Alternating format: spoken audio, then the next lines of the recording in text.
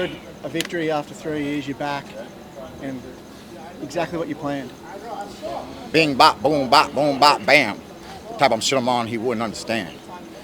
And at the end of the day, man, to do what I do and to live this life, man, it's been a 29-year road, you know. And I know a lot of people just wonder what Keith Thurman has, but Keith Thurman has the heart and the will of a champion today, tomorrow, and forevermore. Took us through the fight. What do you think of round one? He caught you with a shot in there. I mean, he just did what he did, So it's very interesting, We going to do the touch gloves. My mind's focused on execution, skill, seeing what he's going to bring to the table. I knew that was his strong suit. What he gave me in round one, that's what he wishes he can do for 10 rounds, right? I just knew I'm not going to make the fight like that for 10 rounds, So I just wanted to see what Brock really feels like. And it was the animosity that he had that gave me this idea. I didn't fully have that idea locked in until I approached him and we go to touch up, and he's still like, oh, let's see who really wants it now. He's still bridging up on me out here, And so I said, all right, he's got this much animosity pent up in him. He's been waiting all week to finally do something. Let's see what that is. Let's see what that manifestation of all that pent up frustration, let's see what that is in the physical world, and where else better than the physical ring in round one. So I can feel his power, his strength, his inside approach, his looping shots, his inside gutters, and I felt everything. He can't do more than what he did in round one. All he can do is repeat that and maybe potentially land cleaner shots. But I was keeping him smothered. I was letting him work. And, obviously, coach didn't like round one. And he said, let's not do that again. Let's get back on the stick, work the jab, work everything off the jab. He's just standing there. You're going to be able to open him up off the jab. I saw what coach was talking about. I saw that flat-footed approach. I said, let's just take it nice and easy, do what coach said. Let's work off the jab, see what opens up. And I did that in round two. He said, pivot on the inside, don't stay on the inside. I kept, every time he threw those loopers, you saw him miss now, and I'd be moving around. And after I found that nice technicality, in round three, we were doing the same thing. Plus, in round two, I was landing a few body shots. Mostly, it was coming off from the right hook I was setting up. I was trying to set up the right hook to distract him, to bring this glove down so that eventually, later on in the fight, I can go with an overhand right looper. So I was just setting up some traps, some groundwork on that end. But in the third round, I actually came around on the left side, boom, got behind the elbow, and he gave me a wince. He gave me that wince, and I said, you didn't like that, Brocky. And so I stepped forward, he stepped back.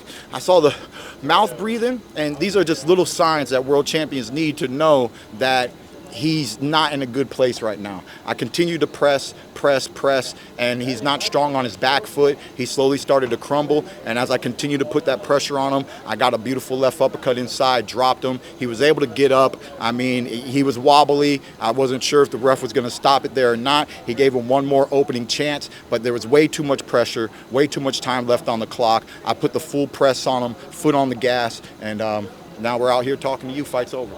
Were you surprised he let it continue after the first knockdown? A little bit, but he did get up and back in the day, let's talk boxing, back in the day, then as long as they were up, the fight was continuing, So it's very, this is a big production, yes, the ref could have stopped the fight. But if Brock had any chance of just getting out of the round and allowing the fight to continue on a big pay-per-view stage like this, there would have been more action, more entertainment to come. But obviously I didn't allow that to happen. I pressed the gas and I closed out the show. Which as soon as I saw the ref about to say box, I said in myself, shit. I said, yeah, what are you going to do? A few seconds of thinking, what are you going to do? I mean, right now, it's not the time to be the nice guy. And so, it had nothing to do with the banter and the talk. It just was all boxing. And when you have an opponent weak on his feet, you just got to press and end the show. And unfortunately, I was given that opportunity, and I didn't hesitate to do what we do as gladiators, as fighters in world class. How important was that TikTok knockout? Ironically, it's really just important to get back in the ring. It was important to make a statement. We had a lot of good hype. I mean, you can't. A lot of people have been laughing all week. They love the antics. They love the robot walk, the brick walk that I did. It was the last moment I could tease them. And I didn't know, because when I first got in town, Brock was real stale. He was like a stale potato chip. He had nothing to say, nothing to do. And then as I keep poking at him, I don't know, somebody must have gotten in his ear and been like, look, man, he's in your city. He's in your town, bro. You can't let this chump come in here and talk like that and do it. Whoever got in his ear, I'm grateful, because it brought out a little bit of flavor, brought out a little bit of sugar, a little bit of spice from Brock. And it made the whole week a little bit more entertaining. And he was able to, try to do something in round one. And it was a good fight. I told him at the end of the fight when I went over there, I said, I love you. I've never hated you. This is all business. Best of luck to you. Keith, how does your boxing IQ match up against, say, Tim Tszyu? I mean, look, man, you gotta understand boxing. I was a 7-time national champion as an American fighter. I had probably about 80 to 81 wins, 11 losses before I ever turned pro. I was the Olympic alternate, similar to Mike Tyson. If you really know Mike Tyson's amateur story, he lost in the Olympic trials in the finals, and he did not get to go to the Olympic Games. Similarly, I did the same. I lost to a beautiful world-class fighter known as Demetrius Andrade in the finals of our USA Olympic trials, and it was Andrade who went on to the '08 China Games representing America. So I've always just been in the ring with some of the best. I never lost an international event. As an amateur, I fought Canada and I fought Ukraine. Really fun story for you guys. USA versus Ukraine. Ukraine brings their A team. USA brings about C team.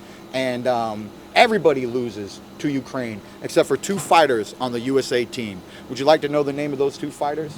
The name of those 2 fighters are Keith Thurman and Sean Showtime Porter. The 2 fighters that beat Ukrainian fighters became world champions. And on the amateur stage, that just tells you the class that Ukraine brings in. We know from world champions in the past, the Russians, the Ukrainians, they really do learn boxing well, teach boxing well, and execute sometimes dominantly on the world stage. So the fact that Keith Thurman and Sean Porter were the only 2 Americans to win and came on to be world champions really says something about the country of Ukraine and what they produce when it comes to boxing. So my history is long and deep. And that IQ is real, man. That's why I was able to just do what I want to do in round 1, which was just let him show me his strength, his power. And then in round 2, slowly start to execute tactics. And then in round 3, picking my shots, they all just ended up being in my favor, and I closed the show. What's the motivation to fight Tim Tszyu? Why do you want to fight Tim Tszyu? It's for you. It's for you. It's for this country. And it's a little bit for me on the note of I signed my contract last year in 2024.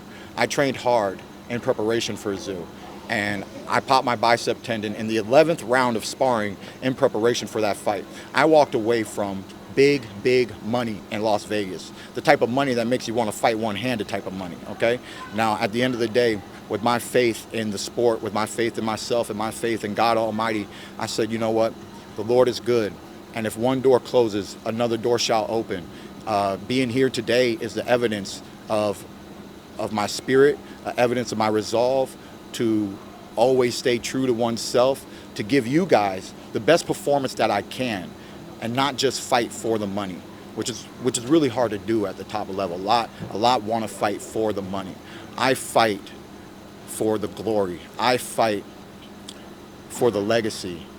I fight because I'm a fighter. And every time Keith Thurman fights, you see the red, white, and blue, because Keith Thurman is living out his all-American dream every time I'm under these bright lights. So at the end of the day, I'm open to any contract right now.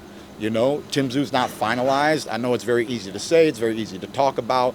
He obviously came off of 2 losses. He needs to get a W, right?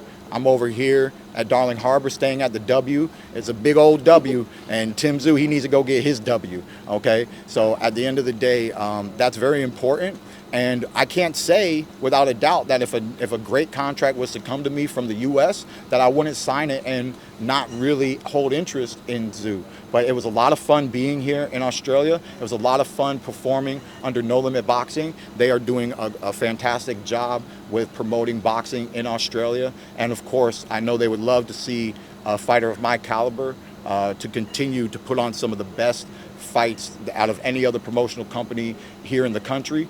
And, you know, we can negotiate those things if I don't have a better offer that comes to the table.